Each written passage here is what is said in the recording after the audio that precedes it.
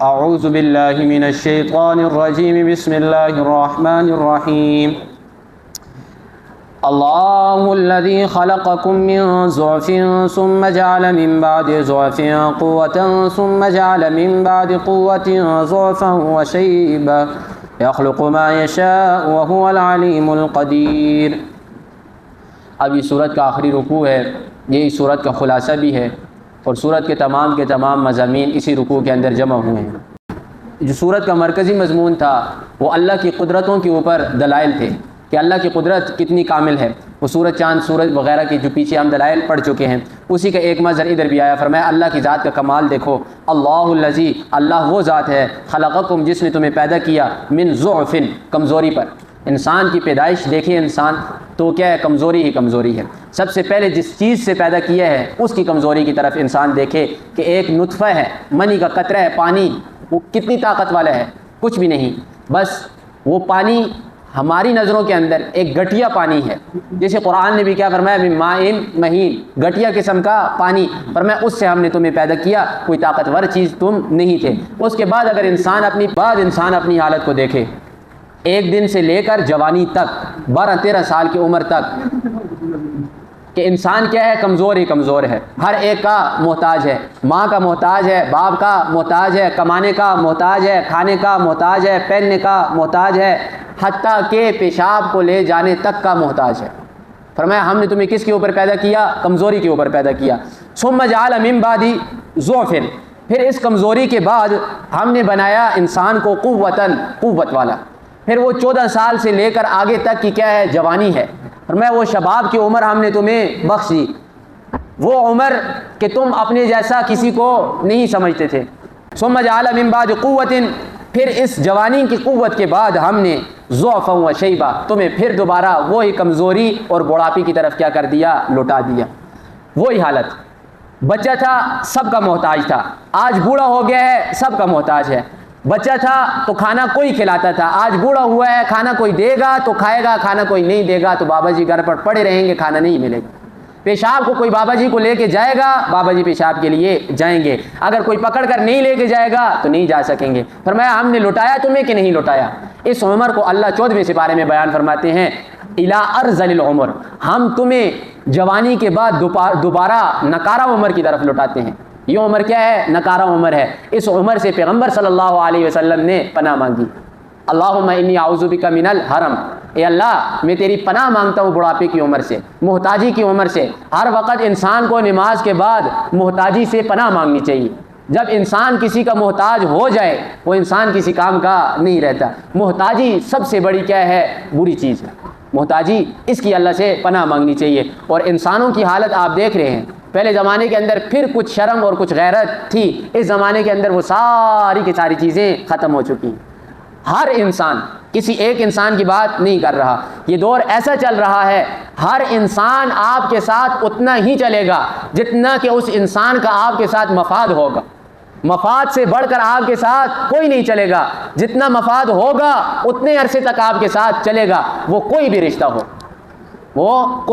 ہو، جتنا اس رشتے کا آپ سے مفاد ہوگا وہ رشتہ آپ کے ساتھ چلے گا۔ تو فرمایا یخلق ما یشاء، وہ پروردگار کی ذات ہے، جیسے وہ چاہتا ہے پیدا کرتا ہے، اس سے پوچھنے والا کوئی نہیں۔ کسی انسان کو اپاہج پیدا کرتا ہے، کسی کو مکمل تندرست پیدا کرتا ہے، کسی کا عمل اللہ گرا دیتا ہے اور کسی کا عمل پورا کرتا ہے، کسی کو اندھا پیدا کرتا ہے اور کسی کو گنگا، کسی کو بہرا، پوچھنے والا اللہ سے کوئی نہیں۔ فرمایا وَهُوَ الْعَلِيمُ، اور وہ اللہ کی ذات جو ہے وہ جاننے والی ہے۔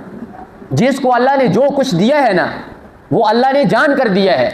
جسے پیسہ دیا ہے تب بھی اللہ جانتے ہیں، اور جس سے پیسہ لیا ہے تب بھی اللہ جانتے ہیں۔ جسے معذور پیدا کیا اس کی نیت کو بھی اللہ جانتے ہیں۔ فرمایا القدیر، وہ تو قدرت رکھنے والا ہے، ہر چیز کے اوپر قدرت ہے اس کی، ہر تدبیر کے اوپر اس کی قدرت ہے، کر سب کچھ سکتا ہے۔ لیکن جو کیا ہے نا انسانوں کے ساتھ وہ ان کی نیتوں کو دیکھ کر کیا ہے۔ فرمایا وَيَوْمَ تَقُومُ السَّاعَةُ، اور یاد کیجئے اس دن جس دن قیامت قائم ہوگی، یقسم المجرمون، یہ جو مجرم لوگ ہیں نا یہ اللہ کی قسمیں کھائیں گے، یہ خدا کی قسمیں کھائیں گے، اور قسمیں کھا کر کیا بات کریں گے؟ ما لبثوا غیر ساعہ، ہم نہیں ٹھہرے دنیا کے اندر یا قبر کے اندر الا ساعہ، مگر کیا؟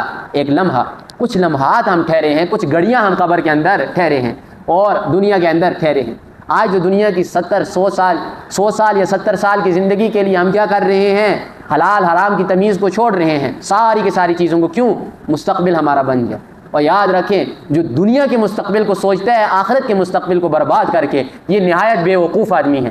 اسے پیغمبر صلی اللہ علیہ وسلم نے بیوقوف فرمایا سب سے بڑا احمق اور سب سے بڑا بیوقوف کون ہے کہ آخرت کی زندگی کو بلا کر دنیا کے مستقبل کو سوچ رہا ہے۔ اب اللہ دنیا کے مستقبل کی مثال دے رہے ہیں۔ اللہ فرماتے ہیں کہ یہ لوگ قسمیں کھائیں گے قیامت والے دن، ما لبثوا غیر ساعۃ، کہ ہم نہیں ٹھہرے قبر کے اندر اور دنیا کے اندر الا ساعۃ، مگر کیا؟ چند گھڑیاں۔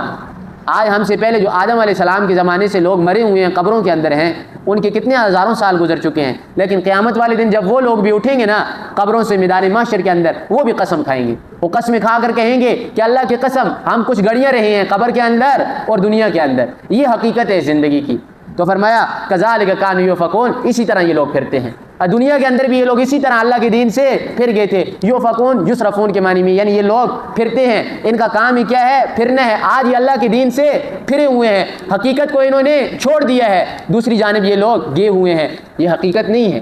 دنیا آپ جتنی کمائیں اور جتنا اپنا نام بنا لیں، حقیقت کے اندر دنیا ہی ہے۔ اگر یہ دنیا فرعون، حامان، قارون ان لوگوں کی نہیں ہوئی نا، ہماری یہ دنیا کبھی بھی نہیں ہو سکتی۔ حقیقت یہی ہے، لیکن ہم حقیقت کو تسلیم نہیں کرتے۔ اسی طرح قیامت والے دن اللہ کروائیں گے کہ حقیقت کیا ہے کہ ہزاروں سال قبر کے اندر پڑے رہیں گے اور 100 سال یا 70 سال دنیا کے اندر ہم نے گزارے ہیں، لیکن جھوٹی قسم کھائیں گے، ہم کہیں گے کہ ہم نے تو کچھ لمحے گزارے ہیں، ہم نے کوئی سال وال نہیں گزارے۔ تو اللہ فرماتے ہیں وقال الذین، کہیں گے وہ لوگ اوت العلم، جنہیں علم دیا گیا، والایمان، اور ایمان دیا گیا، یعنی ایمان والے اور علم والے لوگ ان لوگوں کو قیامت والے دن جواب دیں گے لقد لبثتم، کہ پختہ باتیں، یقینی باتیں تم نے گزارے ہیں، فی کتاب اللہ الی یوم البعث، وہ نوشتے کے اندر، لوح محفوظ کے اندر جتنا وقت لکھا ہوا تھا تمہارا نا، وہ تم نے گزارا ہے کب تک؟ الی یوم البعث، قیامت والے دن تک۔ یعنی کوئی تم نے معمولی وقت نہیں گزارا، تم کئی عرصہ گزار کر آئے ہو۔ تھے ہم جب سے آدم علیہ السلام کو بنایا گیا اور روحیں بنائی گئی، اس وقت سے عالم ارواح کے اندر موجود تھے۔ یہ الگ بات ہے کہ ہمیں یاد نہیں تھے، تو ہم ضرور نا اس زمانے سے لے کر وہ قیامت والے زمانے تک ہم ہیں۔ حالات ہمارے اوپر بدلتے رہتے ہیں، ایک پیٹ سے نکلتے ہیں دوسرے پیٹ کے اندر، دوسرے پیٹ سے نکلتے ہیں تیسرے پیٹ کے اندر، عالم ارواح سے نکلے ماں کے پیٹ کے اندر، ماں کے پیٹ سے نکلے دنیا کے پیٹ کے اندر، ادھر سے نکلیں گے قبر کے پیٹ کے اندر چلے جائیں گے، ادھر سے نکالے جائیں گے۔ ہے تو ہم ہیں نا، لیکن ہم اس حقیقت کو تسلیم ہی نہیں کر رہے، لیکن اللہ کروائیں گے قیامت والے دن۔ فرمایا لقد لبثتم فی کتاب اللہ الی یوم البعث، ایمان والے لوگ ان سے کہیں گے کہ تم نے ایک لمبا عرصہ گزارا ہے۔ فہذا یوم البعث، یہ ہے وہ دن، یہ ہے قیامت کا دن، یہ ہے اٹھائے جانے کا دن۔ ولکنکم کنتم لا تعلمون، لیکن تم تو دنیا کے اندر اسے مانتے ہی نہیں تھے، تم جانتے ہی نہیں تھے، تم تو انکار کرتے تھے نا، تم کہتے تھے کہ کون سا اللہ ہے، کون اللہ ہے جو ہمیں دوبارہ اٹھائے گا مرنے کے بعد، ہم ہڈیاں ہو جائیں گے۔ اللہ فرماتے ہیں فیومئذ، اس دن یعنی قیامت والے دن، لا ینفع الذین ظلموا، نفع نہیں دے گا ظالموں کو، کوئی کسی قسم کا نفع نہیں پہنچے گا، کس چیز سے؟ معذرتہم، ان کی معذرت کرنے سے، کہ ہم سے غلطی ہوئی ہے، ہم سے خطا ہوئی ہے، ہم بھول گئے تھے۔ اللہ فرماتے ہیں یہ باتیں انہیں ادھر فائدہ نہیں دیں گی۔ ولا ہم یستعتبون، اور نہ ہی ان سے توبہ قبول کی جائے گی۔ توبہ کا دروازہ مرنے سے پہلے پہلے تک کھلا ہے، قیامت کی بڑی نشانیاں نظر آنے سے پہلے پہلے تک کھلا ہے۔ یہ چیزیں جب نظر آ گئی، قیامت آ گئی، توبہ کے دروازے بند، پھر توبہ قبول کسی کی نہیں ہوگی۔ اور اس دنیا کے اندر قیامت کی نشانیوں سے پہلے پہلے کب توبہ کا دروازہ انسان پر بند ہوتا ہے؟ جب انسان کو موت کے فرشتے نظر آ جائیں۔ موت کا فرشتہ نظر آ گیا، اس کے بعد ایک کلمہ نہیں 1,00,000 مرتبہ کلمہ پڑھے، اس کا وہ کلمہ پڑھنا اسے فائدہ نہیں دیتا موت کا فرشتہ نظر آنے کے بعد۔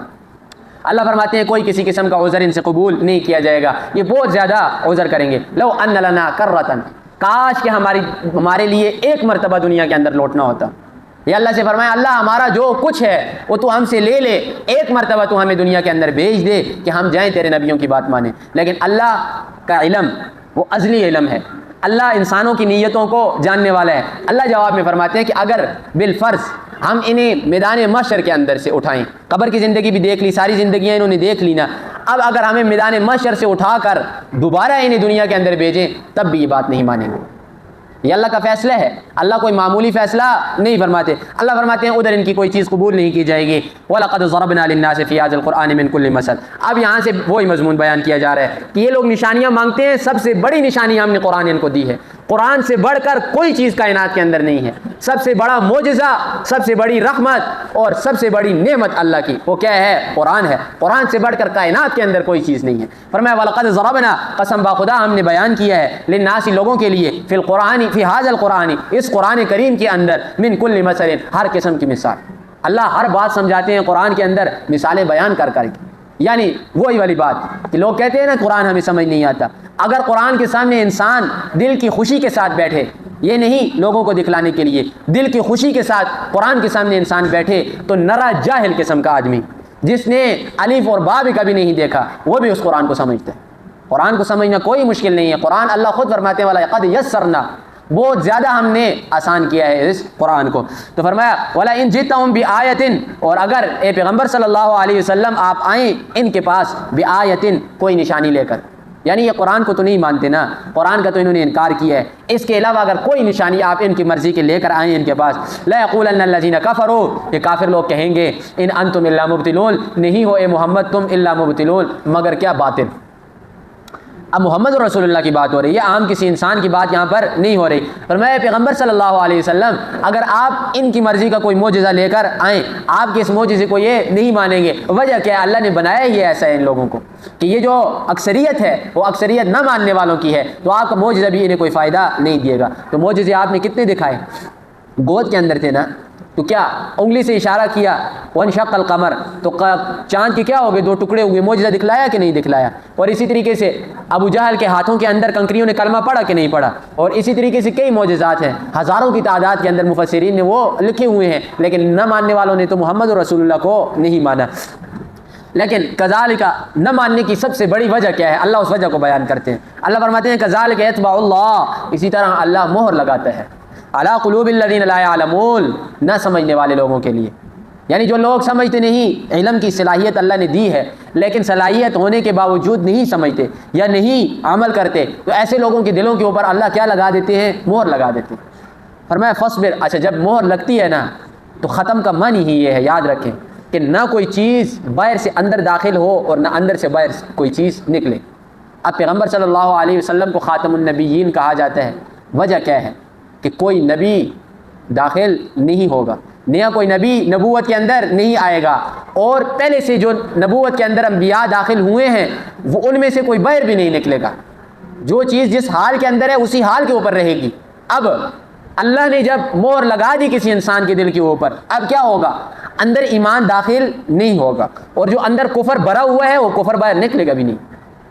یہ مہر لگانے کا مقصد ہوتا ہے. جیسے اللہ نے منافقین کے بارے میں پہلے سے پارے کے پہلے صفحے کے اوپر اللہ نے فرمایا ختم اللہ علی قلوبہم، کہ اللہ نے ان کے دلوں کے اوپر مہر لگا دی. کیا مطلب؟ اب یہ نفاق کے اوپر، منافقت کے اوپر مریں گے، ایمان کے اوپر یہ لوگ نہیں مریں گے. یہی معنی ادھر بھی ہے کذالک یطبع اللہ علی قلوب الذین لا یعلمون فاصبر. اب محمد رسول اللہ صلی اللہ علیہ وسلم کو الوداعی کلمات ہیں. فرمایا فاصبر، صبر کیجئے، ان وعد اللہ حق، بے شک پروردگار کا جو وعدہ ہے وہ سچا ہے. آپ کے ساتھ کس چیز کا وعدہ کیا گیا تھا سورت کے شروع میں؟ آپ مدینہ جائیں، ہجرت کریں، مکہ آپ کے قدموں کے اندر اللہ لا کر رکھ دے گا. مکہ کی سرزمین آپ کے قدموں تلے آ جائے گی، آپ کو یہ ہم سلطان بنا کر وہاں پر بھیجیں گے. تو وہ صبر کیا پھر کہ نہیں کیا؟ مدینہ تک جاتے وقت کتنا صبر کیا، کتنی تکالیف سہی، مدینہ کے اندر کیسے کیسے حالات آپ کے اوپر آئے، اندر سے بھی سازشیں باہر سے بھی سازشیں، لیکن صبر کیا نا. پھر کیا کیا؟ اللہ نے مکہ فتح کر کے دے دیا. فرمایا ان وعد اللہ حق، اللہ کا وعدہ سچا ہے. اب اللہ کا تمام مومنین کے ساتھ وعدہ ہے کیا؟ کہ آپ ہمارے دین کے لیے تکالیف برداشت کریں گے، مشقتیں برداشت کریں گے، اللہ آپ کو کامیاب کرے گا. تو فرمایا ولا یستخفنک الذین لا یوقنون، آپ نے ہلکا نہیں دکھلانا، آپ نے اپنے آپ کو ہلکا نہیں کرنا. کن لوگوں کے سامنے؟ لا یوقنون، جو یقین نہیں رکھتے. کیا مطلب؟ یعنی کافروں کے سامنے مسلمانوں کو ڈھیلا نہیں ہونا چاہیے. آج مسلمانوں کی پستی کا سب سے بڑا جو سبب ہے نا وہ کیا ہے؟ مسلمان ڈھیلے پڑے ہوئے ہیں. آج کافر کو پتہ ہے ہم جو کچھ کریں گے یہ مسلمان کبھی ایک نہیں ہو سکتے، یہ مسلمان ہلکے ہو چکے ہیں. آج جو کچھ کرنا ہے کر لو ان کے ساتھ، یہ آگے سے اف تک نہیں کہیں گے. آج اگر مسلمانوں میں سے کسی مسلمان کی بہن کے اوپر، اس کی عزت کے اوپر ہاتھ ڈالا جاتا ہے، دوسرے مسلمان کہتے ہیں ہماری کیا لگتی ہے، وہ فلاں کی بہن ہے، وہ فلاں کی ماں ہے، ہمارا کیا لینا دینا. تو یہ کیا ہے؟ مسلمان دوسرے لوگوں کی نگاہوں کے اندر گر چکے ہیں. تو آج دیکھیں مسلمان ذلیل ہو چکے ہیں. آج مسلمانوں کے کافروں کے سامنے کوئی وقت، کوئی عزت باقی نہیں. اللہ سے دعا ہے عمل کی توفیق